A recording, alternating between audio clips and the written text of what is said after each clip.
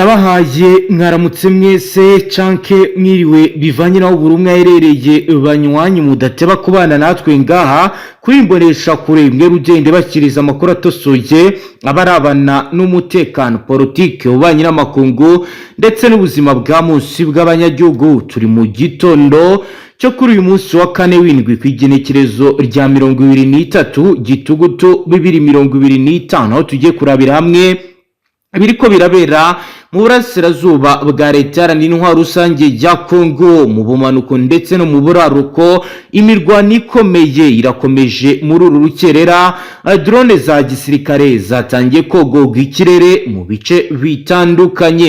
Ni mu gihe kandi amakuru ahari agaragaza uburyo ki ibintu bikomeje kugenda bikomera. Turaza kwinjira mu bice biri kuberamo imirwano tubabwira ibizindutse biba muri Kivu y'Amajyepfo aho MRDP twirwaneho AFC izindutse hangana bikomeye na FARDC ndetse nabo bafatanya. Turababwira imirwano ikomeye izindutse mu bice by'ahitwa Businga, Nyangezi, Kamanyora, bikaba rero biri kuba mu buryo budasanzwe. Turababwira rero drone ziri kugaragara mu bice by'ahitwa Kahongo, Nyangezi ndetse n'ahitwa Kanyosha, bikaba rero bijyanye na dispositif tactique bien organisé. Turaza kandi no kubabwira ibikomeje kugenda biba bijyanye na position camouflage, turebe ibiriko biragenda bigaragara mu misozi yegereye Nyangezi, turaba ibiriko biragenda bikorwa. Turababwira rero ibijyanye na riposte NF croisé, turebe ibigaragara.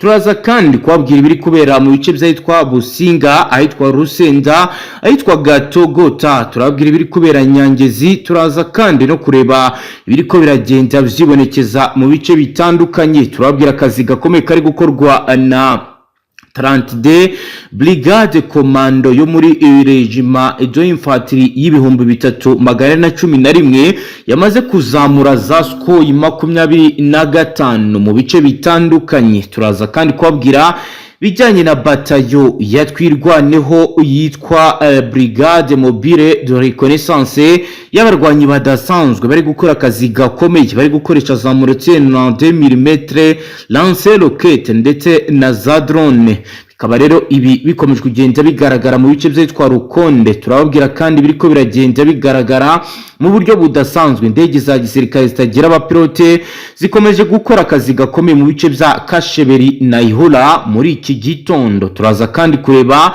ibyatangajwe na Laurence Kanyuka ku munsi w'ejo ubwo drone zateraga ibisasu, aho rero bigaragaza ko kuri ubu M23 nayo yatangiye gufata ingamba zikomeye kandi zikakaye. Ibi byose ni bikomeje kugenda biba kandi bikomeje kugenda biba ibindi nkuko rero biri kugenda bigaragara. Turababwira ibijyanye n'ibiri kubera mu bice bitandukanye, Irunga, Kabamba ndetse n'ahandi hatandukanye. Turaza kandi no kubabwira ibiri ko biragenda byibonekeza mu buryo budasanzwe. Turababwira rero ibijyanye na General Irunga Kabamba wazanywe ndetse n'ingamba zikomeye yazanye aho aje kuyobora ibikorwa vya gisirikare kugeza ubu, kandi biremezwa ndetse no kuri gwari kuragaragaza ko imirwano ikomeye yamaze gusa naho itesha agaciro ibijyanye n'ibiganiro biri kubera i Doha. Bikaba rero ibi biri kugenda bigaragara. Turaza kandi kubabwira amakuru akomeye yemejwe na Caritas ndetse na Croix Rouge du Congo igaragaza ko abantu 300 bamaze kungira mu duce twa Kamanyora na Nyangezi, abandi bakaba bari muri Uvira. Ibi byose ni ingaruka zikomeye zikomeje kugenda zigaragara bijyanye n'iyi mirwano iri kuba. Turaza kandi kujya Warikare naho tubabwira ibiriko biragenda biboneka muri ibi bice, aho imirwano ikomeye yamaze kwangiza byinshi mu bice bitandukanye muri groupement Rubereki. Nkuko rero bigaragara, turababwira ibijyanye na compagnie de sécurité interne, turababwira kandi ibijyanye na opération de Trank, tubabwire poste de commandement secondaire. Turaza kandi kubabwira commandement de secteur ndetse na ajida compagnie bakomeje gukora akazi gakomeye. Banywanyi ni muze rero tubane muri aya makuru. Turaza kandi no kubabwira ibiri kuvugwa muri politique, turebe ibijyanye n'ubugambanyi bivugwa ko buri gutegurirwa Kisekedi Chiromba, aho umubare w'abagambanyi muri Repubulika Iharanira Demokarasi ya Kongo ukomeje kugenda wiyongera. Turaza kandi kubabwira ko M23 yagize ikivuga ku mirwano yongeye gukomera ndetse igaragaza ikigiye gukorwa. Turaza kandi kubabwira iby'amasasu yumvikanye Ifizi ndetse yasize no mu komando ukomeye wa Ambo umwe apfuye. ibi bikaba bikomeje kuba ikibazo gikomeye mu karere. Turaza kandi kubabwira amakuru akomeye ari kuvugwa mu gihugu cy'u Burundi, aho bitangazwa ko bari kohereza izindi mbonerakure muri Sud Kivu. Zigiye gukora iki, bihagaze gute, ibiro ndetse n'ibindi nibyo tugiye kuramvura tukareba biri kugenda biba. Banywanyi muze twicarane kuri iyi page ikomeye turebe biri kugenda biba. Kuri dukurikiye bwa mbere tushonda sabone ngaha tubagezaho amakuru aremereye abarabana n'umutekano, politike, ubanye n'amakungu ndetse n'ubuzima bwa munsi bw'abanyagihugu. Ikaze nanone kuri iyi page, reka turamvure amakuru yacu mu buryo bw'iramvuye. Ni mu gitondo cya kare kuri uyu wa kane ku igenekerezo rya 23 Gitugutu 2025, intambara ngiye gukaza umurego mu buseruko bwa leta iharanira intwaro rusange ya Kongo, ari kurangwa n'ingaruka zikomeye z'imirwano ikomeye hagati y'ingabo za leta Forces Armées de République Démocratique du Congo n'ingabo z'ihuriro rya Alliance Fleuve Congo. Imirwano iri kubera muri Kivu y'Amajyepfo na Kivu y'Amajyaruguru yatumye abaturage benshi bahunga ingo zabo, abandi bajya mu kwihisha mu bice bitandukanye. Amakuru yizewe ari guturuka mu gace kitwa Businga haherereye hagati ya Nyangezi na Kamanyora aravuga ko imirwano yatangiye mu gitondo cya kare kuri uyu munsi wa gatatu, ndetse ikaba yongeye gukomera no kuri uyu munsi wa kane nkuko rero bigaragara, ndetse amakuru atugezeho bigaragaza. Biravuga ko drone z'intambara ziri kuboneka hejuru y'ikirere cyitwa Businga, zikaba ziri kurasa mu byerekezo byitwa Kahorungo, Nyangezi n'ahitwa Kanyosha, bikaba byakomeye. Umwe mu basirikare ba FARDC uri mu gace ka Kamanyora utashatse ko amazina yatangazwa mu butumwa zindutse atangagiza ati hari ibidasanzwe biri kuba, hari dispositif tactique bien organisé, aho bari kwifashisha position camouflage ahantu bifashisha mu misozi yegereye Nyangezi. Ibiro bikaba zate FARDC gukoresha uburyo bwa gisirikare buzwi nka riposte NFI croisé, bivuze kurasa mu byerekezo bitandukanye mu buryo umwanzi atamenya aho umuvuduko w'amasasu uva. Mu gitondo cyo kuri uyu wa kane imirwano yari ikomeye cyane mu duce twitwa Businga, Rusenda n'ahitwa Katogota. Ibyo bice byose biri mu murenge wa Nyangezi, bikaba rero byahindutse umurongo nyakuri. Ni mu gihe rero ibi bikomeje kugenda biba ikibazo gikomeye. Leta FARDC, ingabo za leta FARDC zari zifite imitwe irimo 32 brigade commando yo muri regiment de infanterie y'ibihumbi 3411, ndetse n'ingabo zikaba zafashe ibidasanzwe muri ibi biri kugenda biba. Biravuga ko rero Sukhoi 25 ziri kugaragara mu gice cyo muri Kivu y'Amajyepfo mu mirwano ikomeye. AFC ikaba rero iri kwifashisha imitwe yayo yihariye, harimo muri batayo zo muri twirwaneho nka Brigade Mobile de Reconnaissance bita BMR, n'abarwanyi ba MRDP bo muri Mouvement de Résistance pour la Défense du Peuple. Aba bose rero bafite intwaro ziremereye, harimo iza mortier 92 mm, lance rocket RPG-7 n'ibikoresho by'ubutasi nka drone tactique bibafasha kumenya aho umwanzi ari. Ku isaha ya 3 za mu gitondo imirwano yari yageze ku rwego rwo hejuru, ubwo AFC yagabaga igitero ku birindiro bya AFC biri mu gace kitwa Rukonde, aho barashe amasasu menshi akubita ahantu hatuwe n'abaturage, bituma benshi batangira guhunga. Umwe mu baturage bo muri aka gace kitwa Kahongo yemeje ko mu masaha ya mu gitondo babonye amasasu asa naho ari intwaro ziremereye ari guturuka mu misozi yitwa Businga. Abaturage bakaba rero bavuga ko benshi bari gusohoka mu ngo zabo bajya mu misozi, abandi bakajya kwisha mu mashyamba nk'uko babivuga. Igitangaje nuko mu masaha ya 4 indege za gisirikare zatangiraga zitagira abapilote zagaragaye hejuru y'agace kitwa Kashebere n'ahitwa Ihura muri Kivu y'Amajyaruguru mu rwego rwo guhashya AFC M23 mu mirongo yayo ya gisirikare. Izi drone zakoreshejwe mu buryo bw'ubutasi reconnaissance aérienne no gutera ibisasu byari bigamije guca intege umutwe wa AFC yari ifite ibikorwa mu bice byo muri Warikare. Ariko nkuko itangazo ryasohowe n'umuvugizi wa AFC ribivuga, Laurence Kanyuka, riravuga ko izo drone zateye ibisasu mu duce dutuye n'abaturage bituma habaho impfu nyinshi. Kanyuka yavuze ko ingabo za FARDC zakoreshwaga n'abajenerali b'ikirenga barimo Irunga, Kabamba, Amuri Civil, bakoresheje ibikoresho bya tekinike bifashishije n'abenjeneri b'abanyamahanga mu buryo bugamije kwerekana ko bafite ubushobozi bwo gutera ibitero bya tekinike byisumbuye. ku rundi ruhande rwa FARDC amakuru ari guturuka mu cyiciro cya 33 region militaire Uvira aremeza ko ivyo bitero byari bigamije kurwanya imigambi ya AFC yo kwigarura umuhanda Bukavu Vira unyura Inyangezi. Uko ibi biri kugaragara nyuma yuko abasirikare bakuru General Ilunga Kabambo kuriye 32 region militaire ndetse na General Umuri Civili commandant du secteur opérationnel Sukora 2 muri Sud Kivu, bakaba rero bavuga ko bageze muri Kivu y'Amajyepfo, bikaba rero bari mu bikorwa byo gucunga umutekano biri kugenda bikazwa. Abasirikare bakuru bashyizeho poste de commandement avance Kamanyora mu rwego rwo gukurikirana ibyaho nk'uko bigaragara, aho FARDC iri kugenda nayo ishaka kwigarurira ibi bice. Mu rwego rwo kwirinda icyo FARDC yise attaque asymétrique, hashyizweho gahunda yiswe reorganisation tactique du front, aho ingabo za leta zashyizwe mu matsinda mato yihuta abanza gukora patrouille de reconnaissance zifite ibikoresho bya GPS n'itumanaho rya radio militaire. Nkuko rero bigaragara mu bice byitwa Businga, Nyangezi n'ayitwa Kasheberi, abaturage batangiye guhunga berekeza mu bice bitandukanye bya Uvira, abandi bari kujya mu nkambi zitwa Rusenda ni murenge. Imiryango itari ya leta NGOs harimo Médecins Sans Frontières, Caritas Bukavu yatangiye gutanga ubufasha bw'ibanze, ariko ibibazo bikomeje kugenda biba byinshi. Abaturage baravuga ko nta mutekano bakigira kuko umwanya haca abasirikare nijoro bakoresha ibi bidasanzwe. Umwe rero mu bayobozi b'inzego z'ibanze Nyangezi yavuze ko ubu ntitugifite amashuri, abarimu n'abana barahunze, ibintu byaradogereye muri ibi bice dutuyemo. N'ubuhamya yatanze ni mugero muri Kivu y'Amajyepfo ihangana rikomeje kugenda rikomera mu majyaruguru ndetse naho birakomeye mu gace ka Warikare. Imirwano hagati ya FARDC n'umutwe wa Wazalendo ikaba yakomeje gukomera mu duce twa Mpeti, Kibati n'ahitwa Rubereki.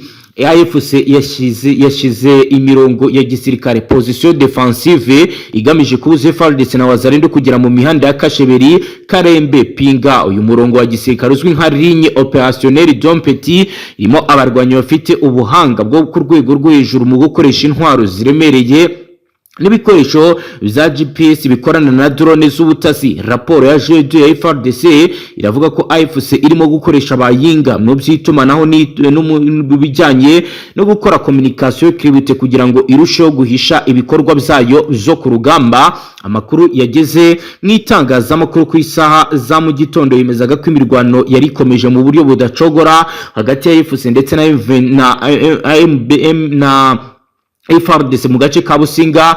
FARDC yari imaze gushyira imbere imitwe yayo y'abasirikare b'inararibonye mu mirwano yo mu misozi Unité de Montagne, barimo abahoze mu ngabo z'abakomando za Kamanyora. AFC yakomeje kurasa mu buryo bwa sniper fire, amasasu y'abamudahusha ndetse bakoreshaga ibijyanye na drone za kamikazi zabarasagaho, bageragezaga kugenda nabo bazirasa, sibyo ko ziri mu ntera ndende. Ku ruhande rwa FARDC iri kwifashisha ibikoresho birimo artillerie obusiere de 105 mm na kanoni de 122 mm byo ku rugamba rwa gisirikare rwa Badorite, bikaba rero byarashwe ku mirongo itandukanye.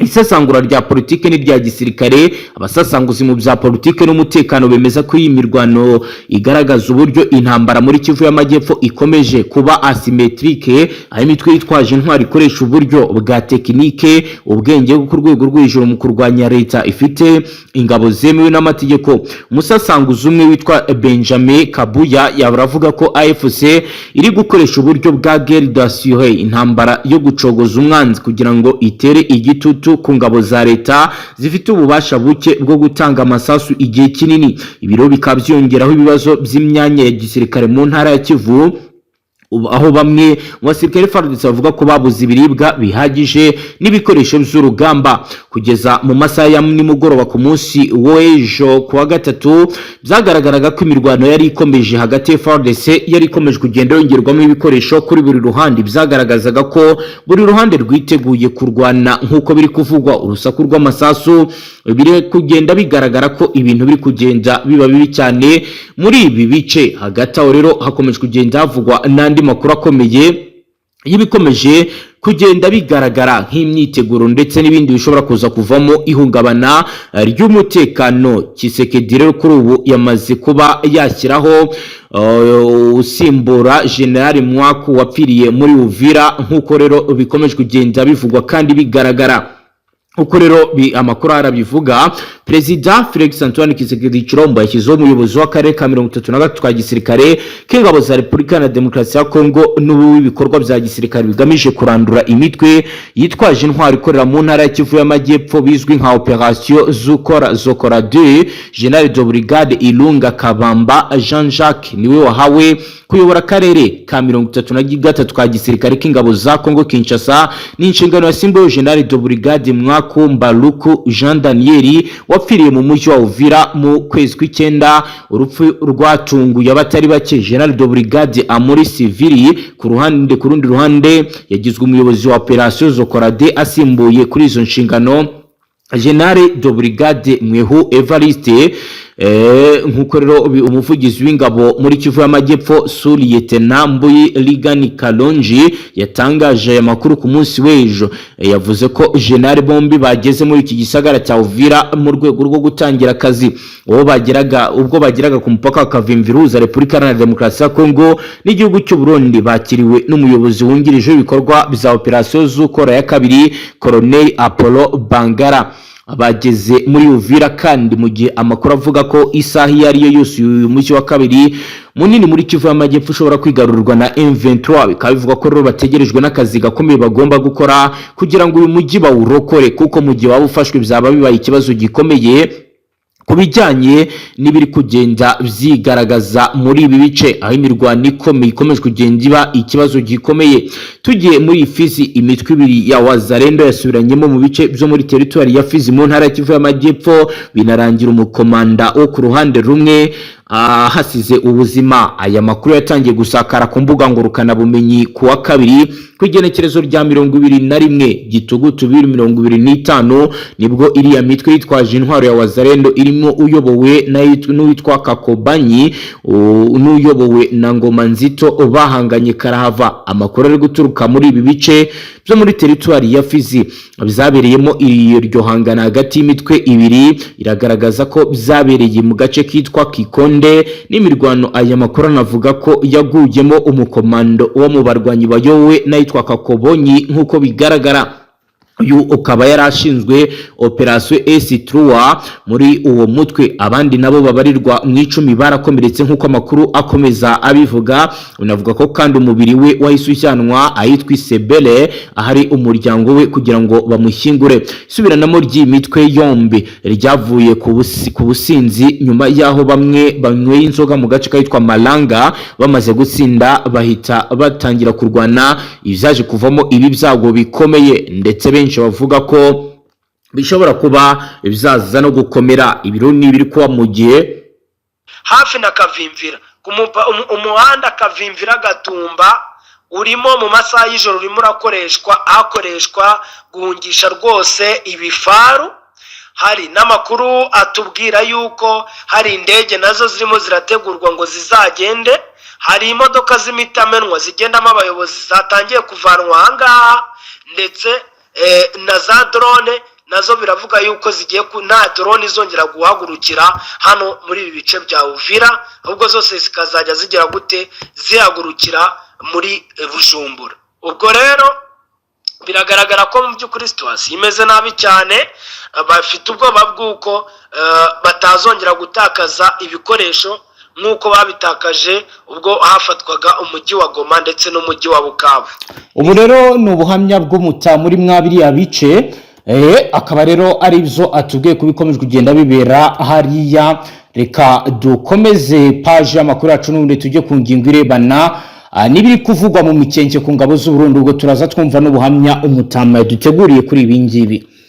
Amakuru ari guturuka mu ntara ya Kivu y'Amajyepfo aravuga ko ingabo z'u Burundi zimaze guha umutwe witwaje intwaro watwirwaneho igihe kitarenze amasaha 24 ngo bamaze kuva mu gace ka Mikenke ko mu komine ya Minembwe. Amakuru atugera aravuga ko ingabo z'u Burundi zamaze gushinga imbunda ziremereye mu gace kayitwa Mikarati, zifite ubushobozi bwo kurasa mu duce twa Mikenke, Mikarati n'ahitwa Sanganya.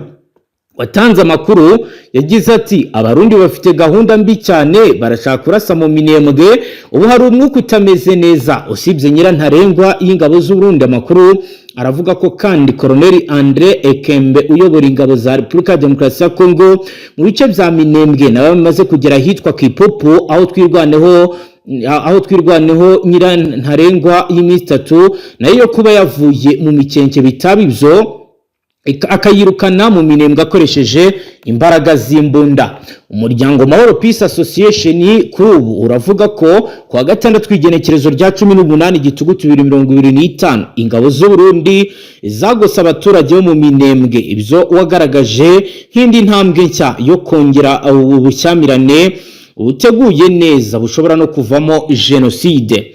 Uyu muryango uravuga ko nk'abasivili b'abanyamurenge bageragezaga kuva Iminembwe bajya Indondo batangiriwe n'ingabo z'u Burundi FDNB hamwe n'inyeshyamba za Wazalendo ziyobowe n'uwitwa Kakobanya nk'uko amakuru akomeza kugenda bivuga. Wavuze ko nk'ayitwa Mikarati imihanda yamaze gufungwa, abanyamurenge babuzwa kugera ku masoko, mu mirima ndetse no kujya aho bashaka, mu gihe andi moko aturanye nabo nk'abapfugiro, abanyindu n'ababembe bo bafite ubwisanzure ntangere. Ku bwa Mahoro Peace Association ibi biri gukorwa n'ingabo z'u Burundi si impanuka cyangwa gutungurana, ni gahunda ndende yateguwe kuva muri 2017 igamije gufungira abanyamurenge mu kato, kubabohesha ingoyi y'ubukene no kubambura ubu ibintu zabo. Yavuze ko kuba muri Kivu y'Amajyepfo hari ingabo z'u Burundi zifite hagati y'ibihumbi 10 na 15 zifatanya n'imitwe yitwaje intwari ikorana na leta ya Kongo bigaragaza urugero rukabije rw'imiyoborere igayitse y'ingabo za kiriya gihugu. Yunzemo ati amakuru yize baragaragaza ko ingabo z'u Burundi FDNB, FDL na Wazalendo biteguye nk'ingabo zishobora gushyira mu bikorwa umugambi wo kurimbura abanyamurenge. Mahoro Peace Association yanze leta y'u Burundi kuba aho kugira ngo itange umusanzu wo gushakira amahoro akarere uri mu bikorwa bya gisirikare bigamije kwibasira abasivili hashingiwe ku bwoko bwabo. Yanenze Kinshasa kandi kuba aho kurengera abaturage bayo ikorana n'amahanga mu kubahiga bikaba binyuranyije n'inshingano zayo zo mu mategeko shingiro na mpuzamahanga. Umuryango Mahoro Peace Association ukaba wasabye imiryango irimo uw'Afrika y'Uburasirazuba, uw'Afrika yunze ubumwe n'uwabibumbye gukora ibishoboka byose ngo urugomo rukomeje gukorerwa abanyamurenge ruhagarare, harimo no gutumiza inama y'igitaraganya yiga kwa kiriya kibazo ndetse no kohereza indorerezi muri Repubulika iharanira intwaro rusange ya Kongo. Mutama rero hari bimwe yagerageje gukusanya nawe atubwira ubuhamya abwira kugenda bigaragara nk'umuntu uri mwabiri abice uzi ibiri kugenda biba ndetse nuko bihagaze. Reka rero tumuhe umwanya atubwire ibiri kubera muri ibi bice bya Minembwe uko bihagaze. Mu Minembwe Mutama bihagaze gute? Ni igiki kiri kujya mbere? Ese ni gute kugeza ubu byifashe? Cyangwa se byatangiye gukomera mu bice bitandukanye bya Mwenga, mu bice bya Fizi, mu bice bitandukanye bya Mikenke, Minembwe ndetse na muri za Bibogobogo ahitwa mu by'ukuri za Gatenga, ahitwa za Nyamara, ahitwa za Ruheshi ndetse n'agace kitwa Mikarati. Ni ukuvuga ngo ubu tuvugana ingabo z'u Burundi zari zakomeje kugenda zirundira muri ibi bice cyangwa se mu misozi bikikije.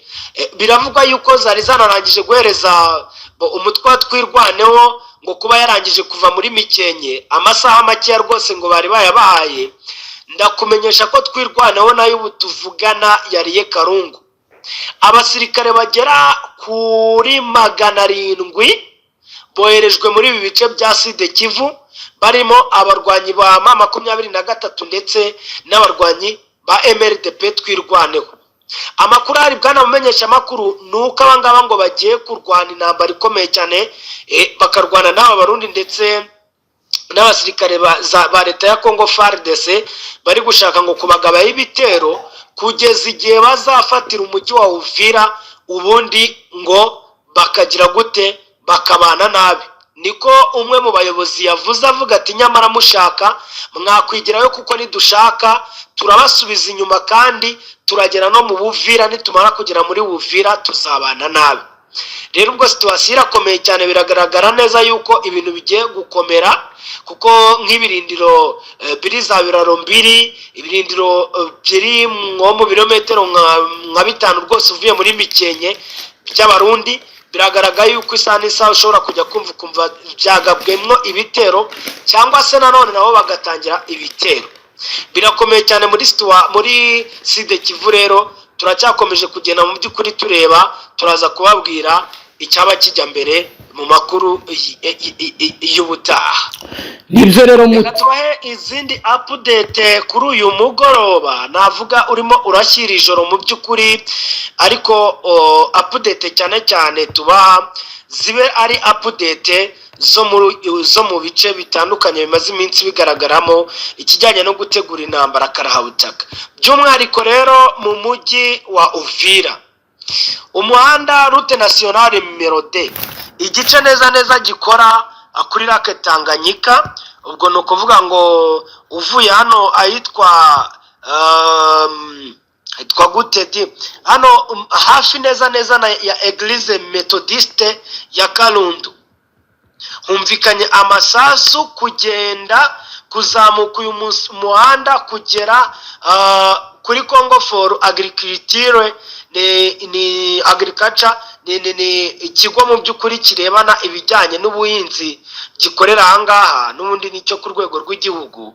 Havugiye ikintu cyitwa amasasu mu bice bitandukanye, amavene yose asohoka ndani muri uyu muhanda route nationale numero 5 arimo haravugira ikintu cyitwa amasasu, ariko noneho wagera hafi y'ahantu hari centre de jeunes pour la paix cyangwa se kuri CGP, bikagaragara neza yuko ibintu bitoroshye. Ahangaha ni hafi cyane rwose y'ikiyaga cya Tanganyika, neza ku kibuga gikinirwamo basket haguye ikintu cyitwa rwose bombe bivugwa neza yuko yaturutse neza hafi y'ikiyaga, aho abazalendo ngo bari guserera n'abarundi.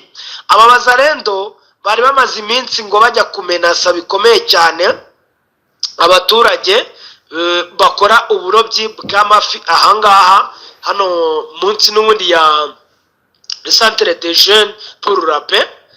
Bikagaragara ko rero mu by'ukuri Uvira ibyayo nabyo bimeze nabi cyane, kuko saho ngaho gusavugiye amasasu, kuko ngo mu bice byegereye Elegance Fashion naho havugiye amasasu. Ubwo abatahazi nababwira mbarangiye, wenda uzamukiye kuri Marie de la Vie cyangwa se kuri Bikira Mariya utanga ubuzima, uzamuka rwose werekeza kuri Kadeko ya Uvira, aho ngaho naho havugiye amasasu. Situation mu mujyi wa Uvira nayo ntago yoroshye magingo yangaya. Ibi rero ni ibiri kubera Uvira. Mu nyemerero no tujye ku makuru arabana n'ububanyi n'amakungu, aho kugeza ubu inkuru dufite iravuga ko Perezida Evariste Ndayishimiye w'u Burundi biravuga ko yasabye Ubufaransa ubumuhurize mu biganiro n'u Rwanda mu rwego rwo guhosha umwuka mubi uri hagati y'ibihugu byombi. Mu kwezi kwa 12 2023 nibwo umwuka wongeye kuba mubi hagati y'u Rwanda n'u Burundi, yuko Gitega ishinja Kigali kuba ku mugaragaro iri kugira uruhare mu bitero mu mutwe wa Red Tabara wagabye ku butaka bw'u Burundi mu mpera z'umwaka wa 2025.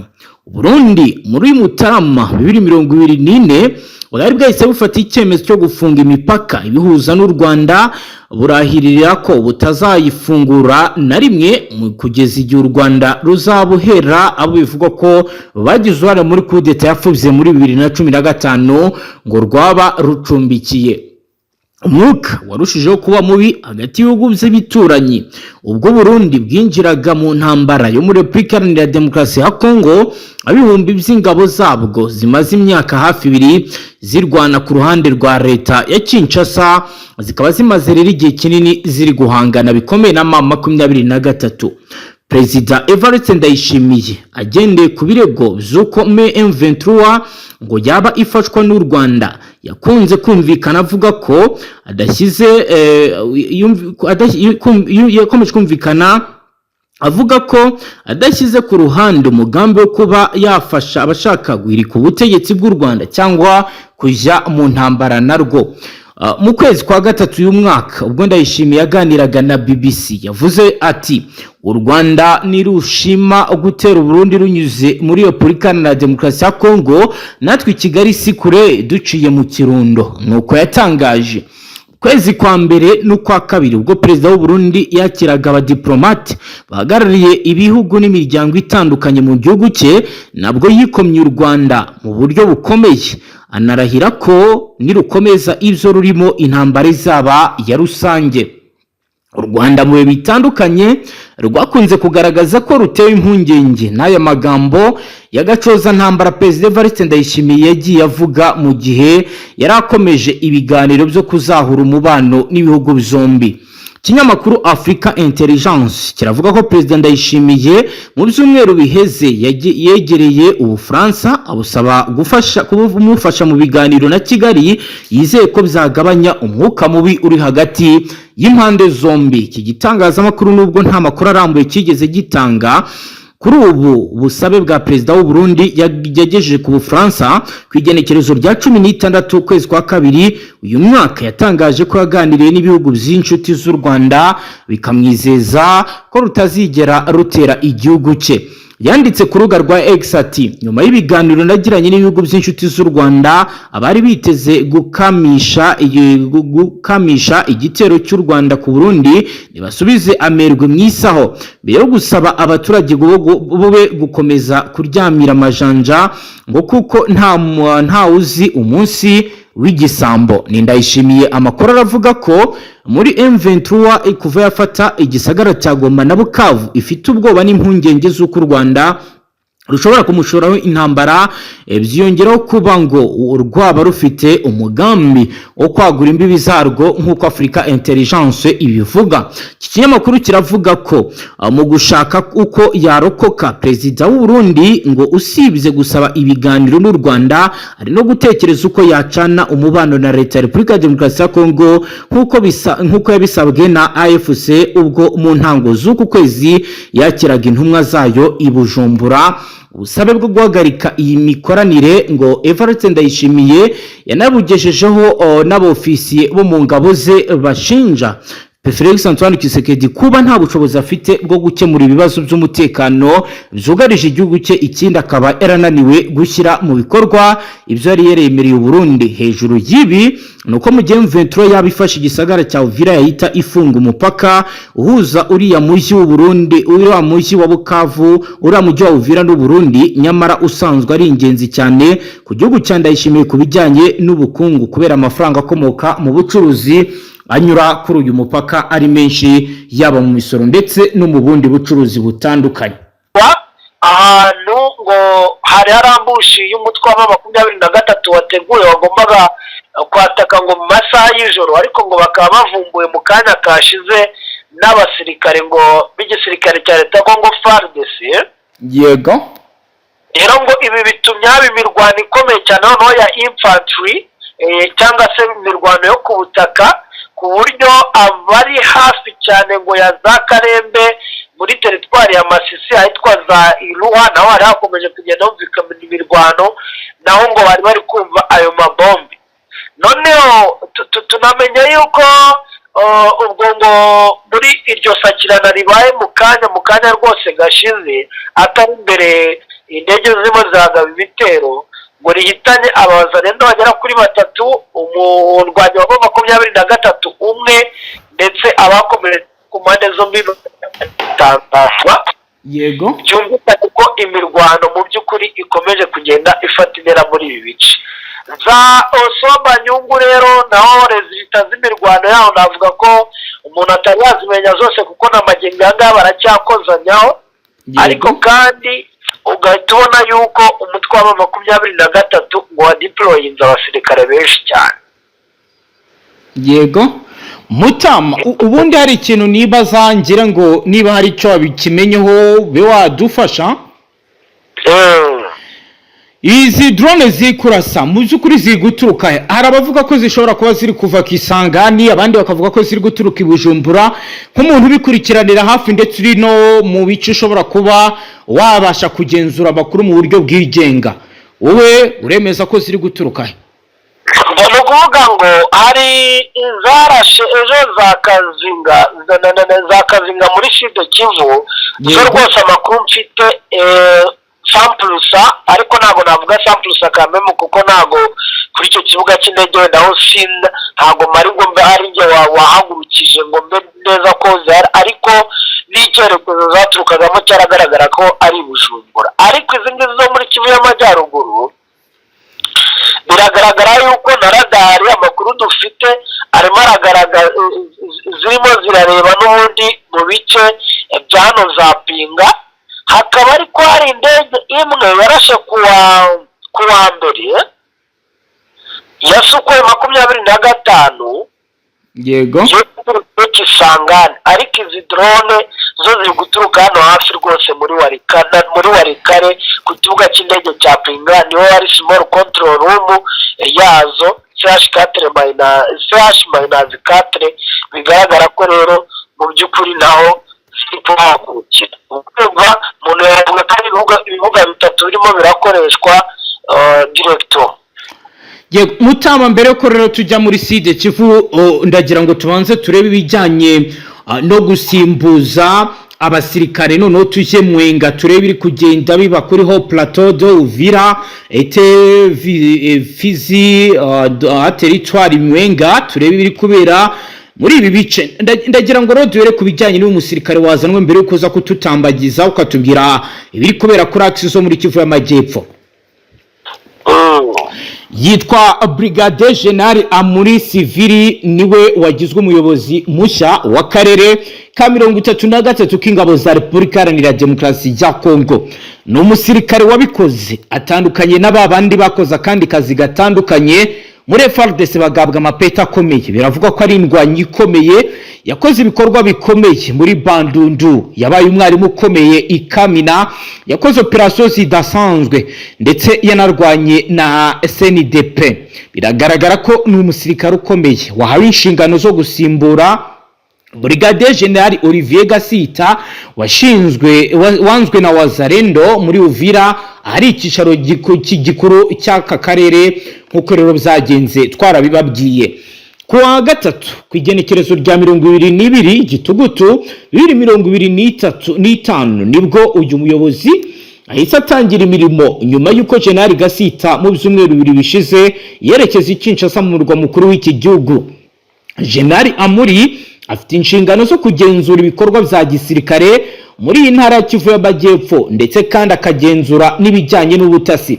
Bivugwa ko uyu musirikare yahoze mu nyeshyamba za RCD Goma mbere y'uko umutwe warwanyaga ubutegetsi bw'icyo gihugu winjira muri leta, kimwe n'indi mitwe yose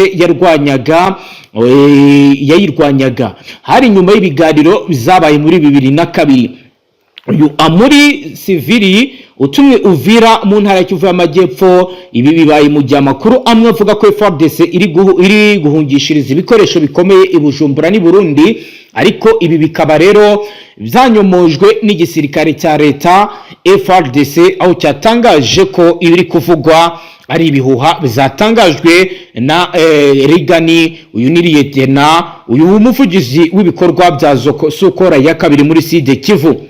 bikaba rero ibi bihuha byaratangiye gukwirakwizwa nyuma y'uko umugaba mukuru w'ingabo z'umutwe wa AFC General Sultani Makenga mu butumwa yageneye abaturage ba Kamanyora ubwo guverineri w'intara Kivu y'Amajyepfo washyizwe na AFC yasuraga aka gace mu byumweru bibiri biheze, gusa ibyo guhungisha izo ntwaro bikaba rero aribwo byatangiye kumvikana nubwo nta ruhande na rumwe rwa M23 rwigeze rubitangaza, ariko ku mbuga ngurukana bumenyi byaravuzwe. Mutama rero ni ishusho ihari nyuma y'isimbuzwa ry'uyu mugabo. Ndagira ngo rero turebe uko Mwenga bihagaze, Ifizi bimeze gute, dore ko hose bivugwa ko haba hagiye kuba zone y'intambara.